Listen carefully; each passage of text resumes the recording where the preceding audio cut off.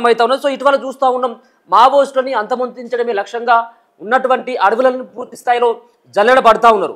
ముఖ్యంగా ఛత్తీస్గఢ్లో ఉన్నటువంటి సూక్ష్మ జిల్లాకు చెందినటువంటి హిడ్మా ఛత్తీస్గఢ్లో ఉన్నటువంటి అడవిలో అక్కడ ఉన్నటువంటి ప్రదేశం అంటే క్షుణ్ణంగా తెలిసినటువంటి వ్యక్తి, అంతేకాకుండా ఆరితేరినటువంటి వ్యక్తిగా పేరుగాంచిన హిడ్మా చాలా పోలీసుల దగ్గర నుంచి ఇప్పటికే చాలా సందర్భాల్లో కూంబింగ్ నిర్వహిస్తూ ఉంటే చాలాసార్లు ఆయన తప్పించుకున్నాడు.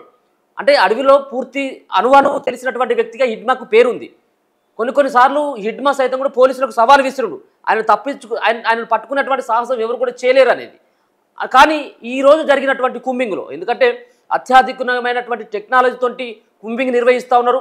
కేంద్రం తీసుకున్నటువంటి నిర్ణయంలో భాగంగా మార్చి వరకు అంటే ఇంకొక 4 నెలల టైం మాత్రమే ఉన్నది. 4 నెలల టైంలో ఏదైతే వెన్నుముకగా మావోయిస్టు పార్టీకి వెన్నుముకగా ఉన్నటువంటి ఒకరిద్దరు నేతలను కనుక అంతమొందించినా లేకపోయినట్లయితే జనజీవన స్రవంతిలో వాళ్ళు తీసుకొచ్చేటువంటి ప్రయత్నం చేసినా ఇంకా మిగతా ఉన్నటువంటి వాళ్ళందరూ కూడా పెద్ద దిక్కునే కోల్పోయినట్టయితే పెద్ద దిక్కే మావోయిస్టు పార్టీకి దూరమైనట్టయితే నెక్స్ట్ వాళ్ళని మనం ఈజీగా జనజీవన స్రవంతిలోకి తీసుకురావచ్చు. ఒకవేళ కనుక లొంగిపోయినట్టయితే ఈజీగా వాళ్ళు దొరికేటువంటి అవకాశం ఉంటుంది అన్నటువంటి ఒక భావనతోటి పూర్తిగా మావోయిస్టులకు సంబంధించినటువంటి అగ్రనేతలపైనే ప్రధానమైనటువంటి దృష్టి సారించింది కేంద్ర ప్రభుత్వం. దాంట్లో భాగంగానే ఆషన్న మల్లోజుల లాంటి వాళ్ళని లొంగిపోయేలాగా ఒక ప్రయత్నం చేసింది.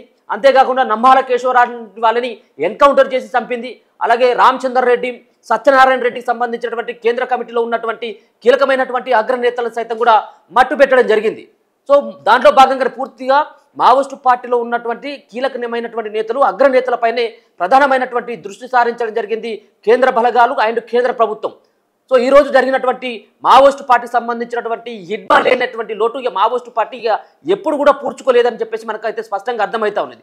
25 ఏళ్ల పాటు మరి ఆయనకు 18-19 సంవత్సరాలు ఉన్నప్పుడే ఆయన అడవి బాట పట్టిందనేది ఒక రకమైనటువంటి ప్రచారం కొనసాగుతూ ఉంది. అంటే దర్దాపుగా ఆయనకు 25 ఏళ్ళంటే ఇంకో 40-45 సంవత్సరాలు ఆయనకు ఉండుంటాయి.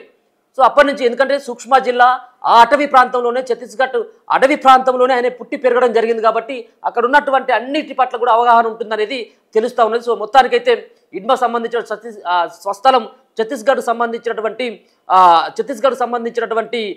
సూక్ష్మ జిల్లాకు సంబంధించినటువంటి వ్యక్తిగా చెప్పుకోవచ్చు. మోస్ట్ వాంటెడ్ మావోయిస్టు పార్టీలో పోలీసులు అయితే ఆయనను మోస్ట్ వాంటెడ్ నక్సలైట్గా ఆయనను చూడడం జరిగింది. ఆయనను కనుక పట్టుకున్నట్టయితుంటేనే చాలామంది ఇంకా అంటే ఆయనతో పాటు ఉన్నటువంటి వాళ్ళు సైతం కూడా లొంగిపోయేటువంటి అవకాశం ఉంటుంది.